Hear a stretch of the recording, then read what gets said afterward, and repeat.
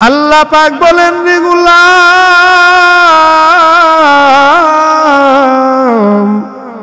দিন নাই রাত্র নাই, সকাল নাই দুপুর নাই, সন্ধ্যা নাই রাত্রি নাই।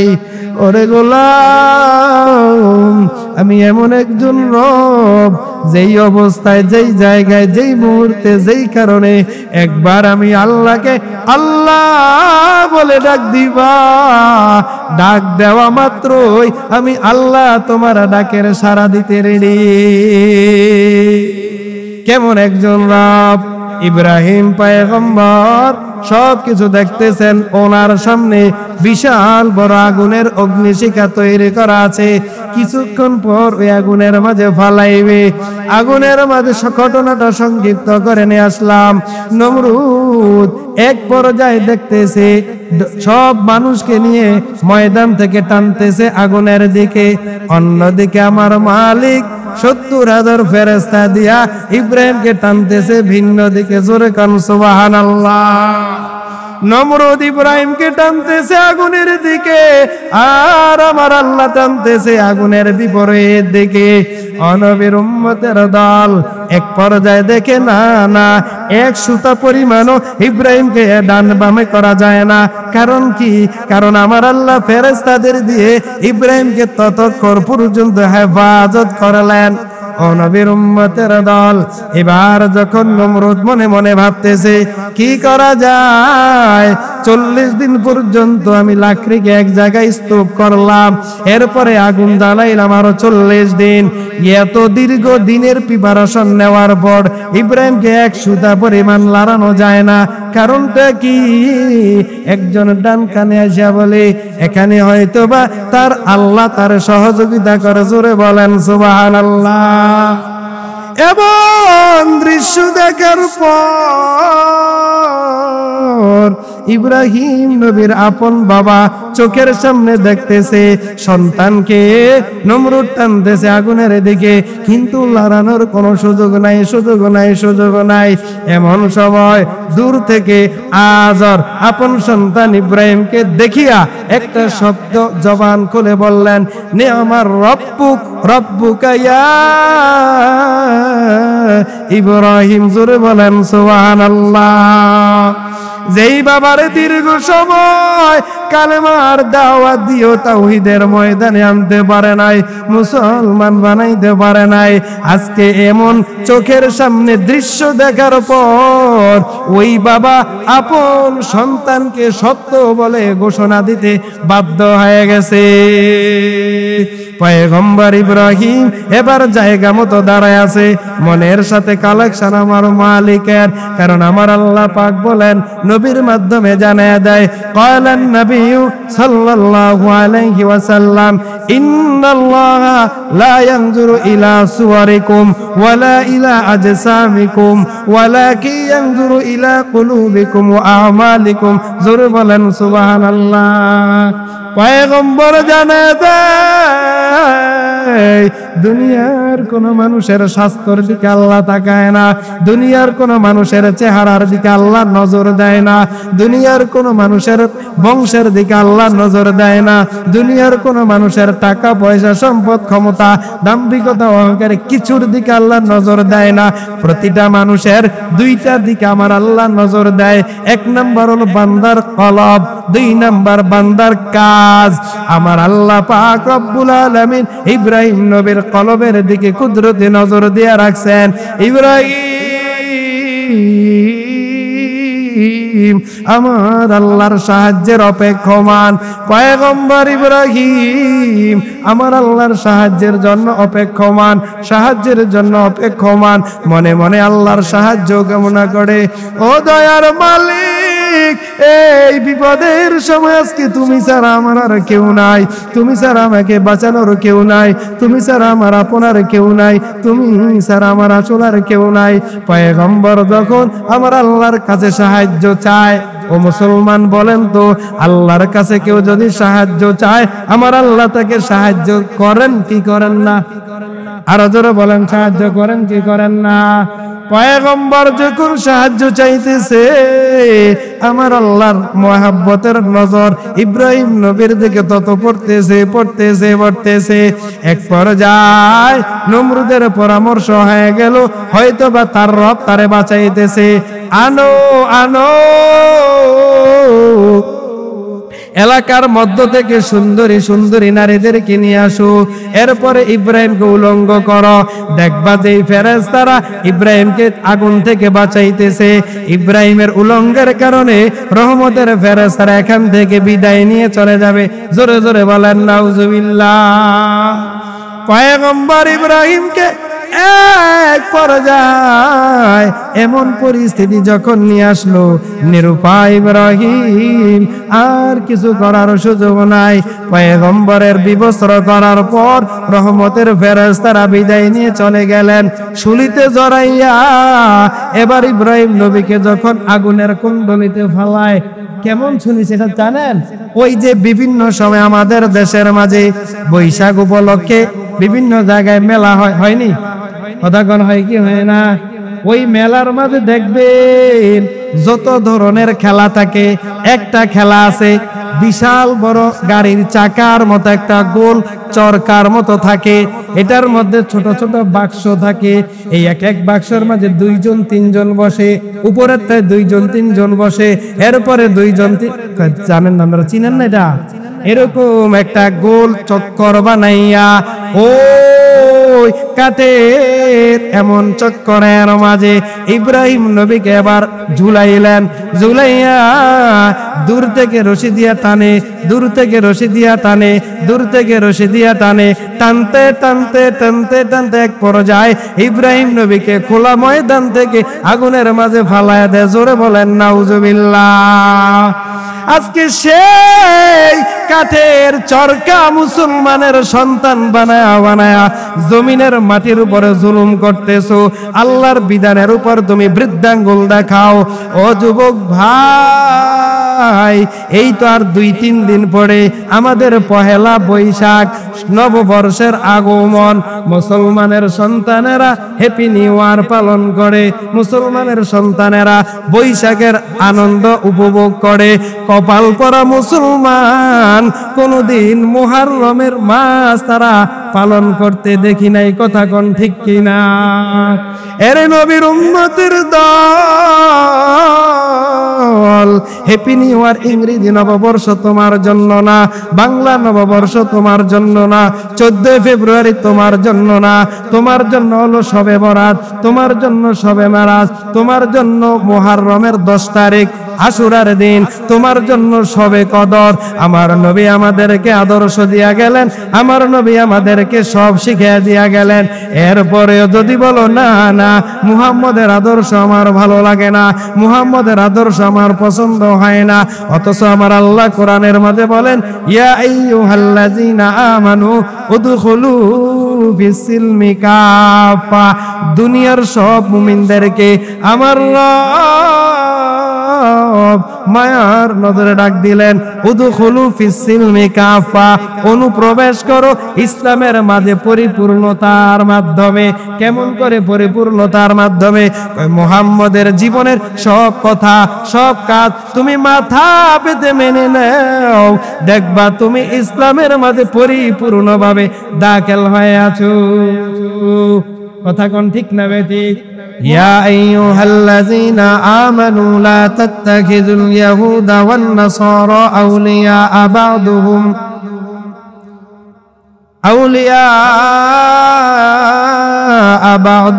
আউলিয়া বা'দ। আল্লাহ পাক রব্বুল আলামিন গোটা দুনিয়ার সকল মুমিনদেরকে জানায় দেন, দুনিয়ার ইমানদারেরা, আমি আল্লাহ তোমাদেরকে রেড সিগন্যাল দিয়ে দিলাম, সাবধান। এমন একটা সতর্ক সিগন্যাল, যেই সিগন্যাল অতিক্রম যদি তোমরা করো, আমি আল্লাহর বিধানের বাইরে তোমরা চলে যাবে।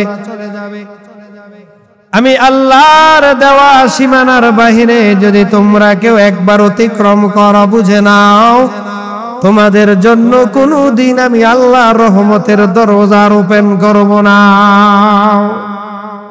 কখনোই ওপেন করব না, কারণ তোমরা সীমা লঙ্ঘন করেছো, তোমরা মাত্রাতিরিক্ত সীমানা লঙ্ঘন করে আমি আল্লাহর বিধানের উপর বৃদ্ধাঙ্গুল প্রদর্শন করেছো। অতএব কারণে তোমাদের জন্য আমি মালিকের পক্ষ থেকে বিন্দু পরিমাণ কোনো রহমত আসবে না। ভাইরা আমার, আল্লাহ পাক রব্বুল আলামিন গোটা দুনিয়ার সব মুমিনদেরকে এমন রেড সিগন্যাল দিলেন, সতর্ক করলেন, লা তাত্তাখিযুল ইয়াহুদা ওয়ান নাসারা, তোমরা তাদেরকে বন্ধু হিসেবে গ্রহণ করিও না। আউলিয়া বা'দুহুম আউলিয়া বা'দ, আল্লাহ পাক রব্বুল আলামিন জানায় দেয় তারা পরস্পর একে অপরের সাথে বন্ধু, একে অপরের আপন মনে করে। কোন মুসলমানদেরকে কেউ ভিন্ন কোন ধর্মাবলম্বী ব্যক্তিরা কোনদিন বন্ধু হিসেবে গ্রহণ করবে না। সারা দুনিয়ার জমিনের দিকে তাকায় দেখো, গোটা দুনিয়ার বেঈমানগুলো মুসলমানের নিষ্পত্তি করার জন্য এক প্ল্যাটফর্মে চলে আসে।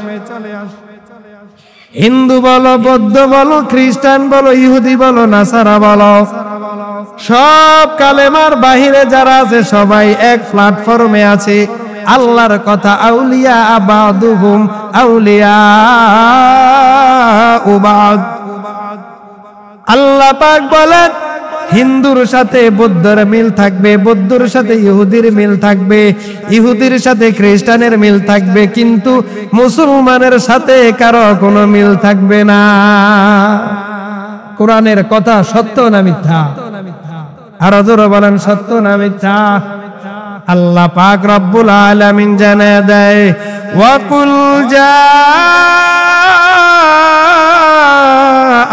হক ওয়াজাহাকাল বাতিল ইন্নাল বাতিলা কানা যাহুকা। हर के दारात खौफे हक दर दिल मदाम जन्नतुल मअवाद हद उ राम कम जुज बहक छे जेम खागी इंसुजा फजले उ आनिस्ते मकसूद अदजहा। আল্লাহ পাক জানায় দেয়, এ দুনিয়ার কালেমা পড়ুয়া মুসলমানেরা ভালো করে শুনে নাও, বন্ধু যদি বানাতে চাও তোমার আর একজন কালেমাওয়ালা মুসলমানকে বানাও। বন্ধু যদি বানাতে চাও তোমার আর একটা ইসলাম ধর্মের অনুসরণ করে এমন একজনকে বানাও। আপন যদি কাউকে বানাতে চাও তাদেরকে বানাও।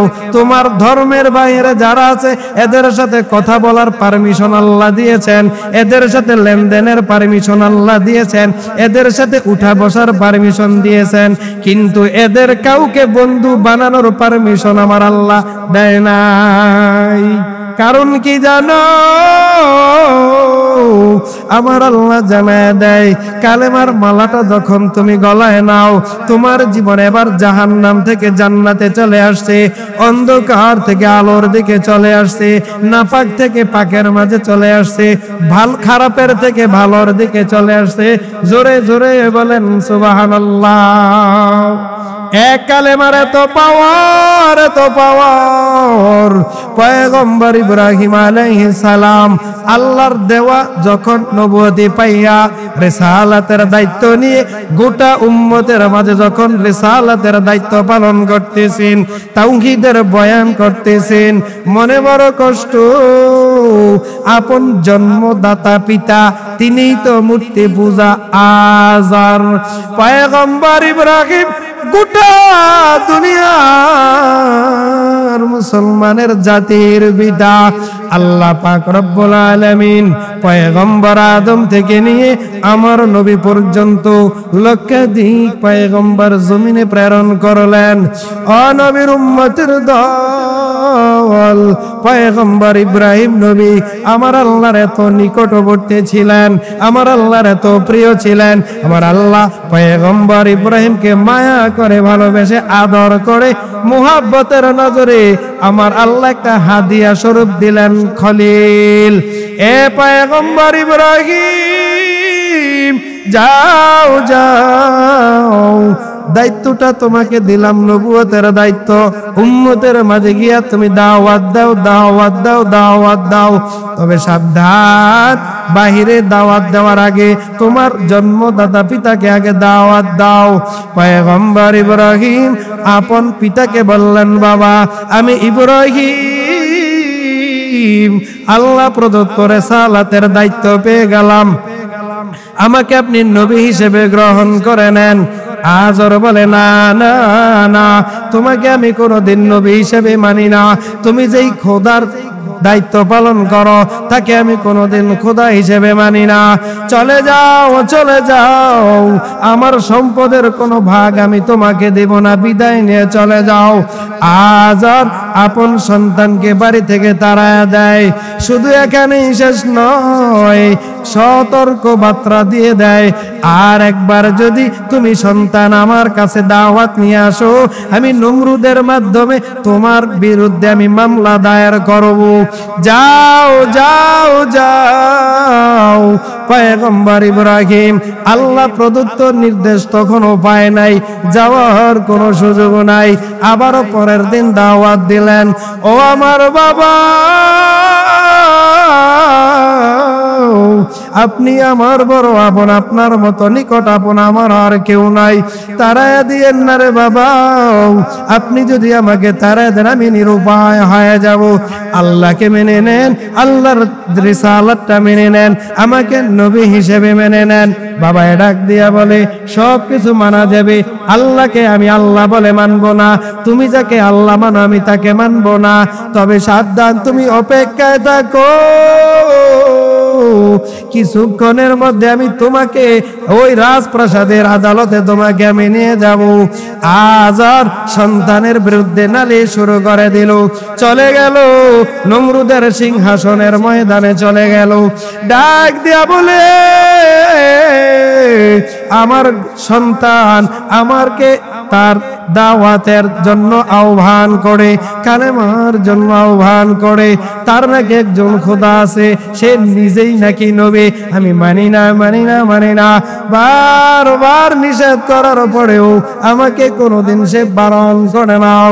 ও নমরুদ, আমি তোমার কাছে আদালতে মামলা দিয়ে গেলাম, আমার সন্তানের বিরুদ্ধে যত দ্রুত পারো তার বিরুদ্ধে তুমি গ্রেফতারি পরোয়ানা জারি করে দাও। নমরুদ গোটা রাজপ্রাসাদের যত কর্মচারী ছিল সবাইকে আদেশ করলেন, একটা নির্দিষ্ট টাইম দিয়ে দিলেন, এই টাইমের ভিতরে ওই ইব্রাহিমকে আমার রাজপ্রাসাদে হাজির করতে হবে। সব কর্মচারীগুলা ইব্রাহিম নবীর দরবারে গেলেন, ধরে নিয়ে আসলেন নমরুদের দরবারে। আনার পর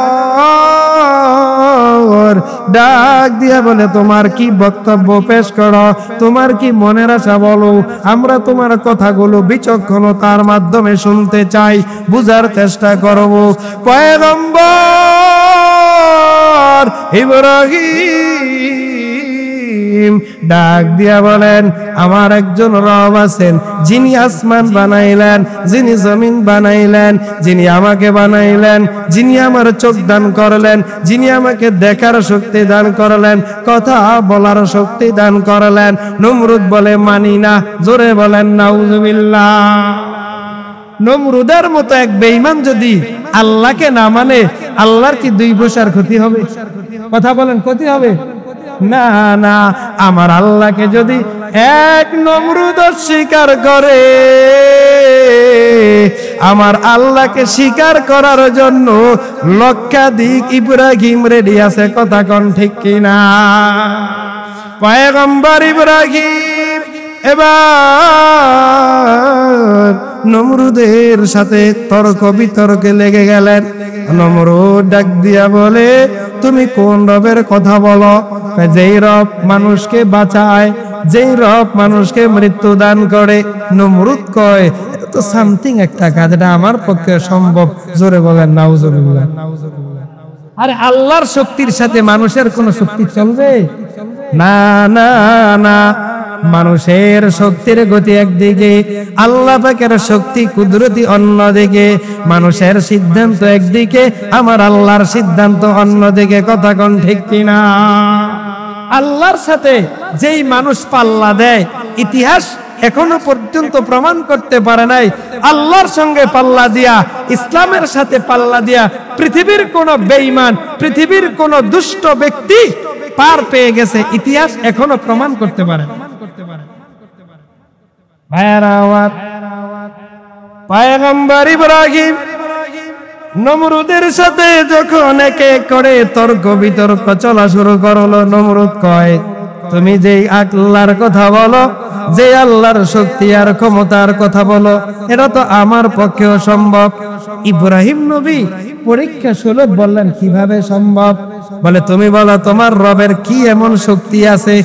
ইব্রাহিম নবী ডাক দিয়া কয় আমি এমন একজন মালিকের দাসত্ব করি, এমন একজন মালিকের আদেশ মানি, এমন একজন মালিকের গোলামি করি, যেই মালিক মানুষকে জীবিত করে আবার মানুষকে মৃত্যু দান করে। তো এটা তো আমার পক্ষে সম্ভব।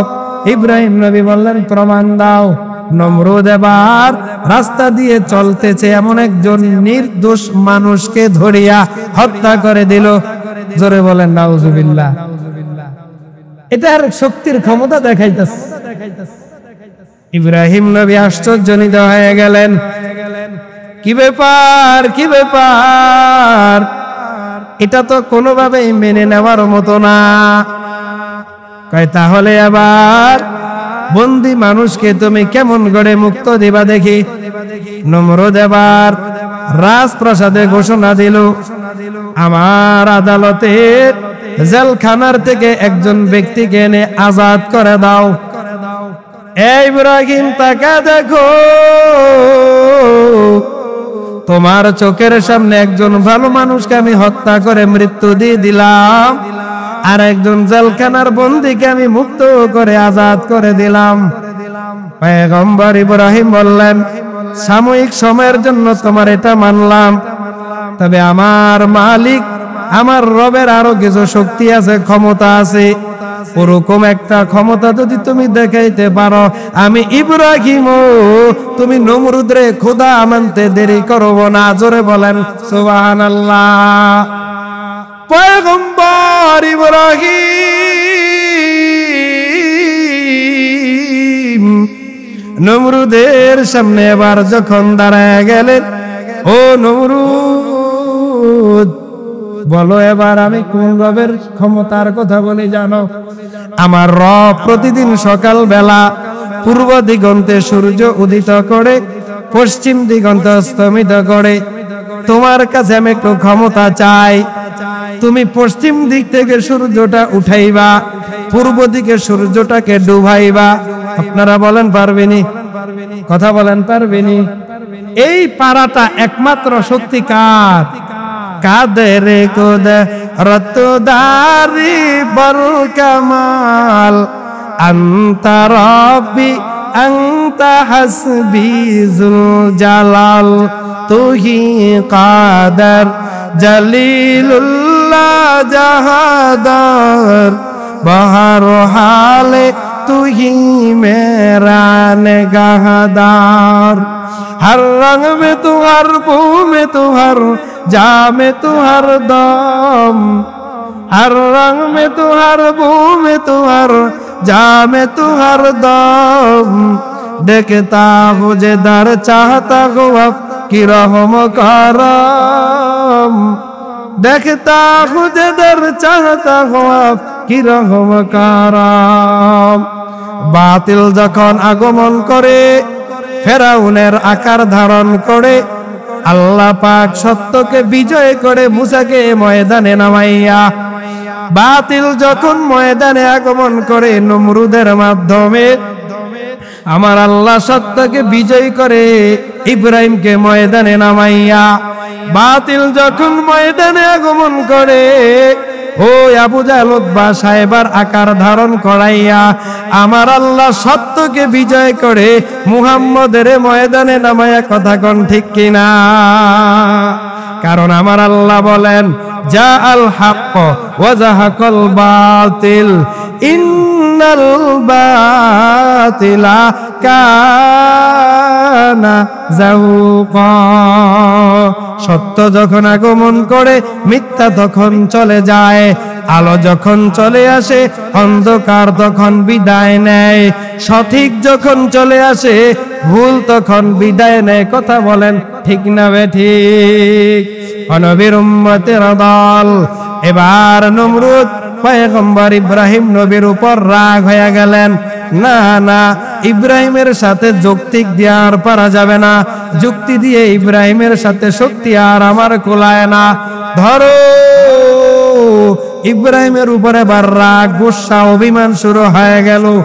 ইব্রাহিমকে এমন করে জ্বালাবো মনের ঝাঁজ মিটানোর জন্য সারা রাজপ্রাসাদ থেকে কর্মচারীকে বললেন, গোটা এলাকার থেকে তোমরা একদিন নয়, 2 দিন নয়, 3 দিন নয়, টানা লাগাতার অনবরত বিরামহীন 40 দিন পর্যন্ত আমার দেশের মাঝে বড় বড় লাকড়ি আছে, ওগুলাকে এক জায়গায় করো।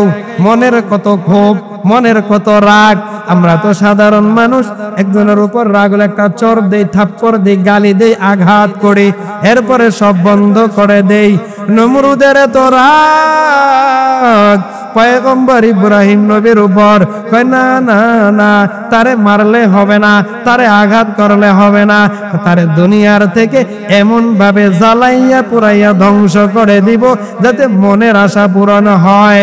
40 দিন পর্যন্ত রাজপ্রাসাদের কর্মচারীদের দিয়া লাকড়িকে অঢাল স্তূপ করালেন, ওখানে কেরোসিন ঢাইলা এরপরে আগুন জ্বালালেন। আগুন জ্বলতে জ্বলতে 40 দিন। বলেন তো আগুন বানাইছে কি? আরো জোরে বলেন, আগুনের মালিক কে? নমরুদ 40 দিন পর্যন্ত আগুন জ্বালাইয়া এবার মনের আশা পূরণ করবে। এবার বলে ধরো ইব্রাহিমকে এবার নিয়ে যাও, আগুনের কুণ্ডলিতে অগ্নিকুণ্ডার মাঝে ভালায়া দাও। কিন্তু পয়গম্বর ইব্রাহিম নবী তো আমার আল্লাহর একজন প্রিয় মানুষ। এই যে ইব্রাহিম নবীর সঙ্গে কীর্তিগালাপ চলতেছে, আমার আল্লাহ দেখেনি? কথা বলেন, দেখেন কি দেখে না? এমন একজন রব পাইলা, ওই রব তোমারে আমারে শিখায়, ফাযকুরুনি আযকুরকুম ওয়াশকুরুলি ওয়ালা তাকফুরুন।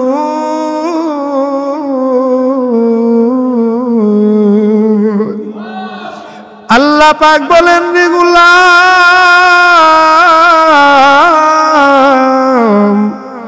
দিন নাই, রাত্র নাই, সকাল নাই, দুপুর নাই, সন্ধ্যা নাই, রাত্রি নাই। ওরে গোলাম, আমি এমন একজন রব, যেই অবস্থায়, যেই জায়গায়, যেই মুহূর্তে, যেই কারণে একবার আমি আল্লাহকে আল্লাহ বলে ডাক দিবা, ডাক দেওয়া মাত্রই আমি আল্লাহ তোমার ডাকের সাড়া দিতে রেডি। কেমন একজন রব! ইব্রাহিম পয়গম্বর সবকিছু দেখতেছেন, ওনার সামনে বিশাল বড় আগুনের অগ্নিশিখা তৈরি করা আছে। কিছুক্ষণ পর ওই আগুনের মাঝে ফালাইবে। আগুনের মাঝে ঘটনাটা সংক্ষিপ্ত করে নিয়ে আসলাম।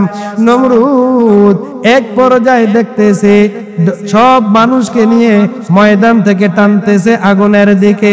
অন্যদিকে আমার মালিক 70,000 ফেরেশতা দিয়া ইব্রাহিমকে টানতেছে ভিন্ন দিকে। জোরে কান সুবহানাল্লাহ। নমরুদ ইব্রাহিমকে টানতেছে আগুনের দিকে, আর আমার আল্লাহ টানতেছে আগুনের বিপরীত দিকে। নবীর উম্মতের দল এক পর্যায়ে দেখে না না, 1 সুতা পরিমাণও ইব্রাহিমকে ডান বামে করা যায় না। কারণ কি? কারণ আমার আল্লাহ ফেরেশতাদের দিয়ে ইব্রাহিমকে ততক্ষণ পর্যন্ত হেফাজত করলেন। ও নবীর উম্মতের দল, এবার যখন নমরুদ মনে মনে ভাবতেছে কি করা যায়, 40 দিন পর্যন্ত আমি লাকড়িকে এক জায়গায় স্তূপ করলাম, এরপরে আগুন জ্বালাইলাম আরো 40 দিন। এত দীর্ঘ দিনের প্রিপারেশন নেওয়ার পর ইব্রাহিমকে এক সুতা পরিমাণ লড়ানো যায় না। কারণটা কি?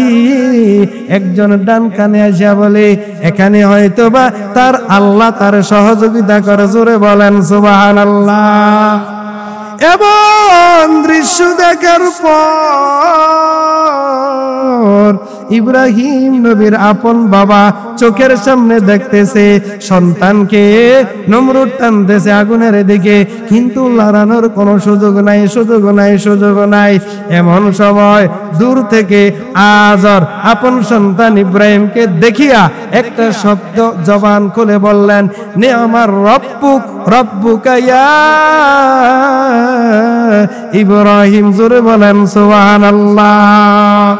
যেই বাবারে দীর্ঘ সময় কালেমার দাওয়াত দিও তাওহীদের ময়দানে আনতে পারে নাই, মুসলমান বানাইতে পারে নাই, আজকে এমন চোখের সামনে দৃশ্য দেখার পর ওই বাবা আপন সন্তানকে সত্য বলে ঘোষণা দিতে বাধ্য হয়ে গেছে।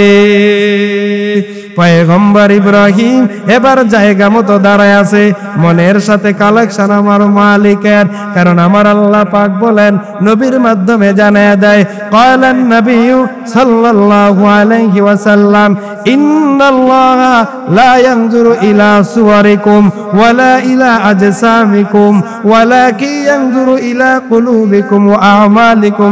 জোরে বলেন সুবহানাল্লাহ।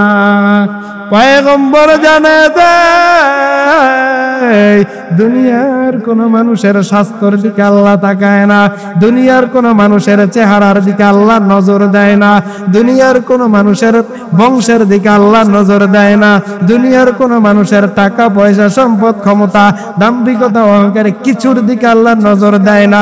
প্রতিটা মানুষের দুইটা দিকে আমার আল্লাহ নজর দেয়। এক নাম্বার হলো বান্দার কলব, 2 নাম্বার বান্দার কাজ। আমার আল্লাহ পাক রব্বুল আলামিন ইব্রাহিম নবীর কলবের দিকে কুদরতি নজর দিয়ে রাখছেন। ইব্রাহিম আমার আল্লাহর সাহায্যের অপেক্ষমান, পয়গম্বর ইব্রাহিম আমার আল্লাহর সাহায্যের জন্য অপেক্ষমান, সাহায্যের জন্য অপেক্ষমান, মনে মনে আল্লাহর সাহায্য কামনা করে।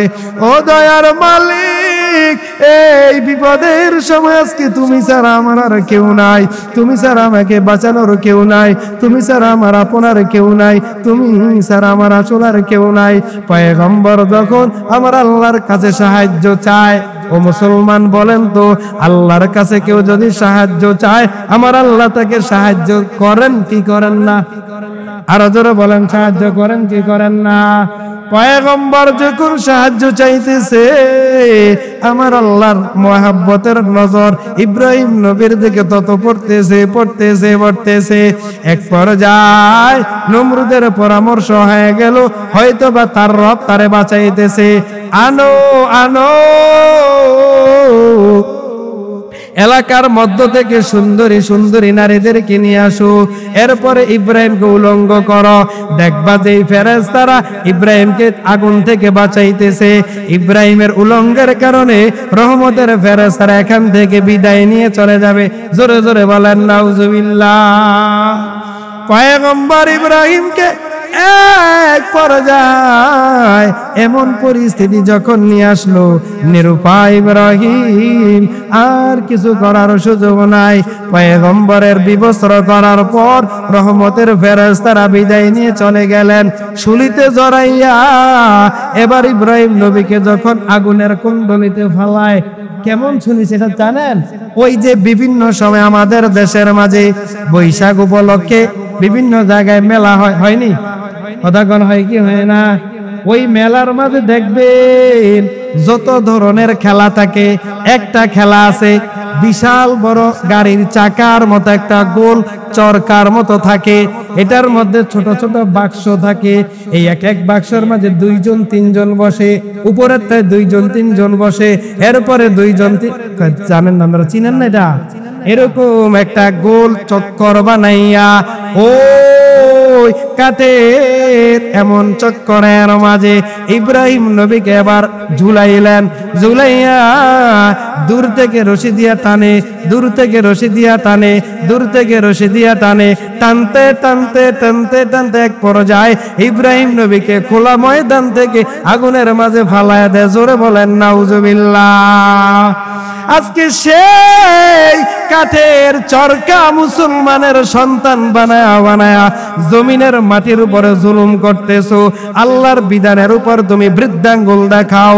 ও যুবক ভাই, এই তো আর 2-3 দিন পরে আমাদের পহেলা বৈশাখ, নববর্ষের আগমন। মুসলমানের সন্তানেরা হ্যাপি নিউ ইয়ার পালন করে, মুসলমানের সন্তানেরা বৈশাখের আনন্দ উপভোগ করে। কপাল পরা মুসলমান কোনদিন মুহররমের মাস তারা পালন করতে দেখি নাই। কথা কোন ঠিক কিনা? এরে নবীর উম্মতের দল, হ্যাপি নিউ ইয়ার ইংরেজি নববর্ষ তোমার জন্য না, বাংলা নববর্ষ তোমার জন্য না, 14 ফেব্রুয়ারি তোমার জন্য না। তোমার জন্য হলো শবে বরাত, তোমার জন্য শবে মেরাজ, তোমার জন্য মুহররমের 10 তারিখ আশুরার দিন, তোমার জন্য শবে কদর। আমার নবী আমাদেরকে আদর্শ দিয়া গেলেন, আমার নবী আমাদেরকে সব শিখিয়ে দিয়া গেলেন। এরপরেও যদি বলো না না মুহাম্মদের আদর্শ আমার ভালো লাগে না, মুহাম্মদের আদর্শ আমার পছন্দ হয় না, অথচ আমার আল্লাহ কোরআনের মধ্যে বলেন ইয়া আইয়ুহাল্লাযীনা আমানু উদখুলু ফিস-সিলমি কাফা। দুনিয়ার সব মুমিনদেরকে আমার মায়ার নজরে ডাক দিলেন, উদখুলু ফিস-সিলমি কাফা, অনুপ্রবেশ করো ইসলামের মাঝে পরিপূর্ণতার মাধ্যমে। কেমন করে পরিপূর্ণতার মাধ্যমে? মুহাম্মদের জীবনের সব কথা সব কাজ তুমি মাথা পেতে মেনে নাও, দেখবা তুমি ইসলামের মাঝে পরিপূর্ণভাবে দাখিল হয়ে আছো। কথা কোন ঠিক না বেঠিক? মুহাম্মদের আদর্শ ব্যতীত মুসলমান কোন আদর্শ মানতে পারে না, মুহাম্মদের আদর্শ ব্যতীত মুসলমান কোন আদর্শ গ্রহণ করতে পারে না। কারণ আমার নবী বলেন ক্বালান নবিয়্যু সাল্লাল্লাহু আলাইহি ওয়াসাল্লাম মান তাশাব্বাহা বিকওমিন ফাহুয়া মিনহুম। ও মুসলমান, দুনিয়ার চলার পথে তুমি যেই ধর্মের আদর্শ লালন করবা, যেই ধর্মের সংস্কৃতি পালন করবা, কিয়ামতের দিন ওই ধর্মাবলম্বী ব্যক্তির সঙ্গে তোমার হাসর আমার আল্লাহ করাইবেন। এই যে আমাদের দেশে মঙ্গল শোভাযাত্রা, এটা মুসলমানের আদর্শ না, মুসলমানের কালচার না, মুসলমানের সংস্কৃতিও না। কেন? কারণ নববর্ষ উপলক্ষে সব মানুষ রমনা পার্কে যায়, পান্তা দিয়া ইলিশ খায়। মুসলমান বলে না না, এটা মুসলমানের আদর্শ না, মুসলমানের কালচার না, এটা হলো হিন্দুদের কালচার, হিন্দুদের আদর্শ। জানেননি আপনারা? কথা কোন জানেন কি জানেন না? এই যে নববর্ষ উপলক্ষে সারা দেশ জুড়ে যেই মেলা, যে আনন্দ, যে নাচ গান করে, এটা কি মুসলমানের পক্ষে করা উচিত? কথা কোন জোরে বলেন উচিত? কখনোই না। কারণ তুমি যদি বলো আমি মুহাম্মদের আদর্শ মানি, মুহাম্মদ বলে হিন্দুদের আদর্শ বাদ দাও। তুমি যদি বলো আমি রসুলের আদর্শ মানি, রসুল বলেন ইহুদিদের আদর্শ বাদ দাও। তুমি যদি বলো আমি মুহাম্মদের আদর্শ গ্রহণ করি, মুহাম্মদ বলে ইহুদি, খ্রিস্টান, বেঈমান, নাসারা সব ধর্মের আদর্শ, কালচার, সংস্কৃতি বৃদ্ধাঙ্গুল দিয়ে পিছনে ফালাইয়া একমাত্র আল্লাহর দেওয়া বিধান আমি নবীর তরিকায় মানা শুরু করে দাও। এতেই তোমার সফলতা, এতেই তোমার কল্যাণ, এতেই তোমার শান্তি। জোরে বলেন ঠিক কিনা? তাহলে এই যে আমাদের দেশে আর মনে 2-3 দিন বাকি নববর্ষের আগমন, নববর্ষ উপলক্ষে অনেক মানুষ অনেক প্রিপারেশন নেয়। পান্তা ইলিশ, কেন ইলিশ মাছ পান্তা দিয়ে খাইতে হবে? কেন ইলিশ মাছ কি পান্তা দিয়ে খাওয়ার জিনিস? দেশের সবচেয়ে জাতীয় মাছ, যেটার উপরে কোনো মাছই নাই, এই মাছটাকে তো মানসম্পূর্ণ পরিবেশে পরিবেশন করা, এটাকে ভোগ করা, ভোজন করা উচিত। এটাকে পান্তা ভাতের সাথে নেওয়া, আমি আমার দৃষ্টিকোণ থেকে মনে করি এটাকে পোলাও আর দামি কোনো খাবারের সাথে না নিয়া শুধুমাত্র পান্তার সাথে নিয়া ইলিশ মাছের অপমান করা হয়। কথা কোন ঠিক না বেশি? দেশের জাতীয় মাছ, যার দামও বেশি, মানও বেশি, গুণও বেশি, গ্রানও বেশি, তারে নিয়ে ঠেকাইলেন পান্তা ভাতের। এটার নাম সংস্কৃতি? এটার নাম আদর্শ? না, এটার নাম আদর্শ না। প্রত্যেকটা জিনিসের একটা নির্দিষ্ট স্থান আছে, ওই স্থানের নিচে নেওয়া জিনিসটার জন্য অপমানজনক। কথা কোন ঠিক না?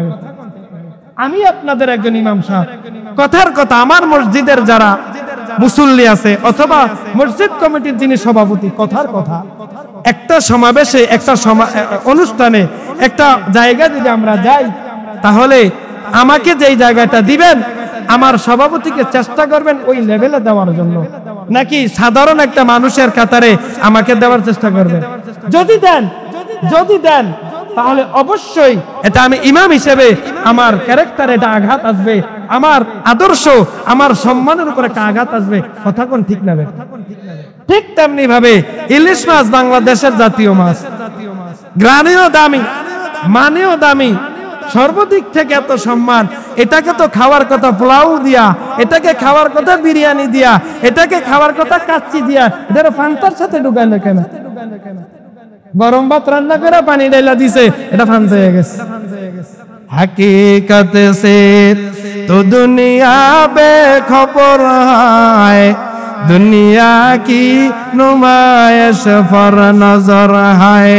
नमी गोयाऊं कि आज दुनिया जुदाबाश, हर कारे के बाशिबा खुदावाश। কোথায় কোনটা রাখতে হবে আমরা মুসলমান এখনো সেটা জানলাম না, এখনো শিখলাম না। আমাদের মতো ব্যর্থ, আমাদের মতো অকৃতজ্ঞ আর কেউ নাই। কথা কোন ঠিক না ভাইয়েরা আমার? এই যে মঙ্গল শোভাযাত্রা, মঙ্গল শোভাযাত্রা মুসলমানের জন্য না। মুসলমানের কোন বিপদ সামনে আছে, আল্লাহর পাক কোরআনের মাঝে বলেন, ইয়া আইয়ুহাল্লাযীনা আমানুস্তাঈনু বিস-সাবর ওয়াস-সালাত। বিপদ আসছে, দুইটা কাজ করো। এক নাম্বার ধৈর্য ধরো, দুই নাম্বার নামাজ পড়ো। সফলতা দিবেন কে? আর জোরে বলেন, সফলতা কার হাতে? আল্লাহর হাতে। আল্লাহর কাছে কোন জিনিসের অভাব, আল্লাহ পাকের কাছে কোন দুর্বলতা, আল্লাহ পাকের কাছে কোন অপূর্ণতা, সব কিছু দেওয়ার মালিক আল্লাহ। আল্লাহর দিকে চাইয়া, আল্লাহর জন্য, নবীর মুহাব্বতে আমরা এই ধরনের অপসংস্কৃতি থেকে আমরা যেন বাঁচতে পারি। আল্লাহ পাক আমাদের সবাইকে কবুল করুক। জোরে বলেন আমিন। আরো জোরে বলেন আমিন। এই যে কথাগুলো বললাম, এগুলো আমার জন্য বলা না ইসলামের জন্য বলা, ইমানের তাকিতে বলা। মুসলমান হিসেবে প্রত্যেকটা মানুষের জানা দরকার তোমার আদর্শ কি, তোমার সংস্কৃতি কি। কথা কোন ঠিক না? মুসলমান তার মূল পরিচয় ভুলে যাওয়ার কারণেই তো আজকে ফিলিস্তিনের জমিনে মার খাচ্ছে, আরাকানের মুসলমান মার খেয়েছে, ভারতের জমিনে মুসলমান যুগের পর যুগ অত্যাচারিত, নির্যাতিত, নিষ্পেষিত। কথা কোন ঠিক না? কারণ মুসলমান এমন এক জাতি, মুসলমান যখন সাহায্য চেয়েছে রবের কাছে, রব তখনই সাহায্য করেছে।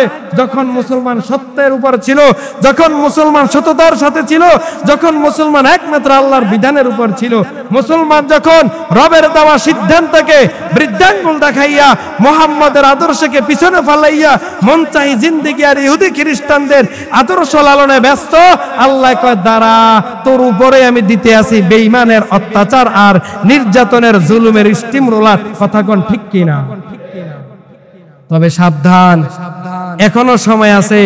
মুসলমান যখন কোন জিনিসের সিদ্ধান্ত নিয়ে সফলতার লক্ষ্যে যখন মুহাম্মদের আদর্শ লালন করে ময়দানে একবার চলে আসে, মুসলমান কখনো পরাজিত হয় না। মুসলমান বিজয়ের মালা নিয়ে ঘরের মধ্যে ফিরে। কথা বলেন ঠিক কিনা? কারণ আমাদের ইতিহাস সুস্পষ্ট ইতিহাস। ও মুসলমান, বদরের প্রান্তরে 313 জন মুসলমান 1000 কাফেরের বিরুদ্ধে যুদ্ধ করে বিজয়ের মালা গলায় নিয়ে ঘরের মধ্যে ফিরেছে। আজকে 200 কোটি মুসলমান এই পৃথিবীতে থাকার পরেও মাত্র 80 লক্ষ ইহুদির কাছে দুর্বল কেন? কারণ আমরা এখন আমাদেরকে আপন করে নিতে শিখি নাই, আমরা আমাদেরকে আপন করে নিতে ভুলে গেছি। এজন্যই বেঈমান দেখতেছে আমরা দলে দলে বিভক্ত হয়ে আলাদা আলাদা হয়ে গেছি। বেঈমান কয় এখনই তাদেরকে ধর। কথা কোন ঠিক কিনা? কিন্তু মুসলমান যদি এখনো ঐক্যের এক প্ল্যাটফর্মে আসিয়া বেঈমানের বিরুদ্ধে নারায়ে তাকবীরের স্লোগান দিয়ে রাজপথে চলে আসে, আল্লাহ পাক বলেন তোমরা ঘরে ফেরার আগে বিজয়ের মালা তোমাদের গলায় আমি আল্লাহ কুদরতি ভাবে দিয়ে দিব। জোরে বলেন সুবহানাল্লাহ। ও মুসলমান, দীর্ঘ 1.5 বছর ধরে আমাদের মুসলিমের, গোটা পৃথিবীর মুসলমানের প্রথম কিবলা বাইতুল মুকাদ্দাস, যে বাইতুল মুকাদ্দাসকে নিয়ে আল্লাহ রাসূলকে প্রশ্ন করা হয়েছিল, ইয়া রাসূলুল্লাহ আপনার কাছে জানতে চাই বাইতুল মুকাদ্দাস নিয়ে কিছু বলুন। আল্লাহর পয়গম্বর বাইতুল মুকাদ্দাস নিয়ে তখন সকল সাহাবায়ে কেরামকে একটা সিদ্ধান্ত দিয়ে দেয়, ও সাহাবায়ে কেরাম আমি পয়গম্বর বাইতুল মুকাদ্দাস নিয়ে তোমাদেরকে একটা পরামর্শ দেই। তোমরা যখন সময় পাইবা, সুযোগ পাইবা, বাইতুল মুকাদ্দাসে চলে যাও, ওখানে গিয়ে 2 রাকাত নামাজ আদায় করবা। কারণ কি জানো, ওই বাইতুল মুকাদ্দাসে কোনো মানুষ যদি 1 রাকাত নামাজ আদায় করে, আল্লাহর পয়গম্বর বলেন 1000 রাকাত নামাজের সমান সওয়াব আল্লাহ দান করে। শুধু কি এখানেই কয় না, না, এই বাইতুল মুকাদ্দাস মুসলমানের প্রথম কিবলা। মুসলমান আজকে বছরের পর বছর এই জেরুজালেমটাকে দখলের জন্য, বাইতুল মুকাদ্দাসটাকে দখল করার জন্য বেঈমানের সঙ্গে বছরের পর বছর একের পর এক যুদ্ধের রণক্ষেত্র জারি করলো। কিন্তু বেঈমানগুলা ঐক্য থাকার কারণে, মুসলমান দলে দলে বিভক্ত হওয়ার কারণে বছরের পর বছর যাইতেছে, বাইতুল মুকাদ্দাস মুসলমানের হাতে আদৌ আসতে পারে না। কথা বলেন ঠিক কিনা? এই যে ইসরায়েলের বেঈমানগুলো, এদের ইতিহাস যদি আমরা দেখি, হিটলার ছিল বিশ্বের অন্যতম এক স্বৈরাচার, এক টেররিস্ট, বিশ্বের অন্যতম এক সন্ত্রাস। এই হিটলার যখন লক্ষাধিক ইহুদিকে হত্যা করেছে, মাত্র অল্প কিছু ইহুদি রাখলো। প্রশ্ন করলো, এতগুলার মাইরা অল্প কিছু রাখলেন কেন? হিটলার তখন জবাব দিছে, কয় আমি এদেরকে কেন মারছি, এটার উত্তর পরবর্তী প্রজন্ম এই অল্প কয়টার থেকে প্রমাণ পাবে। অল্প কয়েকদিন পরেই তারা প্রমাণ পাবে। আজকে তাকে দেখেন, ইসরায়েল থেকে ফিলিস্তিনের মুসলমানদেরকে বোম্বিং করে মুসলমানের বাড়ি ঘর সব নাস্তিনাবুদ করে দিয়ে, ধ্বংসস্তূপ করে দিয়ে মুসলমানদেরকে ঘর থেকে বিতাড়িত করে দিয়েছে। ওয়াশিংটন, যারা সারা জীবন গলা ফাটাইয়া মানবতার কথা বলে, যারা সারা জীবন গণতন্ত্রের কথা বলে, আপনার আমার ব্রেন ওয়াশ করে, ওই ওয়াশিংটন থেকে বর্তমানের সবচেয়ে বড় আরেক দাজ্জাল, আরেক কাজ্জাব, আরেক টেররিস্ট, আরেক সন্ত্রাস ডোনাল্ড ট্রাম্প বলে, ওই ফিলিস্তিন থেকে সকল ফিলিস্তিনিকে সরাইয়া দিয়ে ওখানে তিনি বিশাল বড় আবাসন প্রকল্প করবে। জোরে বলেন নাউজুবিল্লাহ।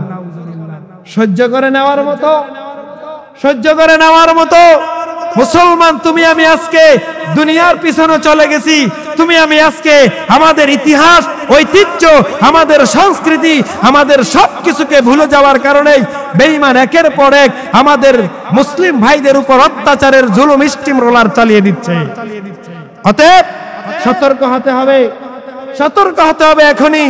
আমাদেরকে এখনো যদি আমরা দলে দলে বিভক্ত থাকি, তাহলে আমাদের বাঁচার আর কোনো উপায় নাই।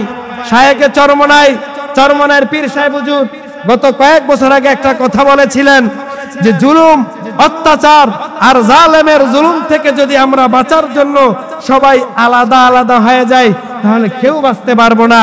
আর আমরা যদি জুলুমের মোকাবেলা করার জন্য সবাই এক ঐক্যমত হয়ে যায়, তাহলে আমাদেরকে কেউ মারতে পারবে না। আমরা যদি একসাথে হয়ে যাই, কেউ আমাদেরকে মারতে পারবে না। আর আমরা যদি বাঁচার জন্য আলাদা হয়ে যাই, আমরা কেউ রক্ষা পাবো না। অতএব মুসলমান দলাদলি, দল মত নির্বিশেষে সকলে আমরা একে অপরকে বুকে টেনে নিয়ে আগামীকাল শনিবার ঢাকার রাজপথে সারা বাংলাদেশের সর্বশ্রেণীর সর্বোচ্চ পজিশনের ব্যক্তিরা আগামীকাল মার্চ ফল ফিলিস্তিন নামের এক বিশাল বড় কর্মসূচি দিয়েছে। ওই কর্মসূচিতে সারা দেশব্যাপী ব্যাপক আয়োজন চলতেছে, দেশব্যাপী ব্যাপক প্রচার চলতেছে। আমরা সকলেই যদি ফিলিস্তিনের মুসলমানের পক্ষ হয়ে আমরা যদি এই আন্দোলনে অংশগ্রহণ করতে পারি, মৃত্যুর পরে বলতে পারবো আল্লাহ আমার সাধ্যের ভিতরে যতটুকু ছিল আমি ততটুকু করতে পেরেছি। কথা কোন ঠিক কিনা? এক নাম্বার। দ্বিতীয়ত, আমরা আমাদের অবস্থান থেকে আজকের থেকে আমরা প্রতিজ্ঞাবদ্ধ হব, ইহুদি খ্রিস্টান বেঈমানদের তৈরি করা কোন প্রোডাক্ট আমরা ভক্ষণ করব না, ব্যবহার করব না। আমরা কি আমাদের মুসলমান ভাইদের রক্তের মূল্যায়ন দিতে এই শপথ করতে রাজি আছি ইনশাআল্লাহ? সকলে হাত তুলে বলি পারবে ইনশাআল্লাহ? আয় আল্লাহ, তুমি আমার এই মুসলমান ভাইদেরকে এই ওয়াদার উপর ঐক্যবদ্ধ থাকার তৌফিক দান করো, বলেন আমিন। বিশেষ করে সারা বাংলাদেশ জুড়ে ইহুদি খ্রিস্টানদের প্রোডাক্ট আর পণ্যের উপরে যেইভাবে এখন হস্তক্ষেপ চলতেছে, খুব অচিরেই তাদের অর্থনৈতিক উপরে ধস চলে আসবে। গতকাল আমি দেখেছি আমাদের মতলব থানার পাশেই কুমিল্লার লাস্ট বর্ডার শ্রীরায়ের চর নামের এক বিশাল বড় এক বাজার আছে। ওখানে কয়েক ট্রাক ইহুদি খ্রিস্টানদের যেই কোকাকোলা, পেপসি, তারপরে এই জাতীয় যত খ্রিস্টানদের ইহুদিদের ইসরায়েলি যত পণ্য আছে একটাও গাড়ি থেকে নামতে দেয় নাই। বলছে আমরা বাজার কমিটির সিদ্ধান্ত নিয়েছি দোকানে যতগুলা মাল এখনো পর্যন্ত স্টক আছে এগুলো শেষ হবে, নতুন কোন আর পণ্য কোন মাল আর দোকানে ঢুকবে না। মুসলমান ভাইয়েরা আমার, আমরা যদি বিশেষ করে ইহুদি খ্রিস্টানদের এই জিনিসগুলা থেকে আমরা যদি বিতাড়িত হই, আমরা যদি এগুলাকে সরিয়ে দেই, তাহলে তাদের অর্থনৈতিক ধস চলে আসবে। যেই টাকা আমরা তাদেরকে দেই, আমাদের টাকা দিয়ে অস্ত্র কিনে আমাদের বুকের উপর গুলি চালায়, আমাদের বুকের উপর বুম চালায়, আমাদের বাড়ি ঘরে তারা অত্যাচার করে। কথা কোন ঠিক কিনা? তাহলে এখন থেকে আমরা প্রতিজ্ঞাবদ্ধ হব, অন্তত কোকাকোলা, পেপসি, ফান্টা, মিরিন্ডা এ জাতীয় যত পানীয় আছে এগুলো আমরা আজকের থেকে ইনশাআল্লাহ ভক্ষণ করব। ইনশাআল্লাহ পারবো তো?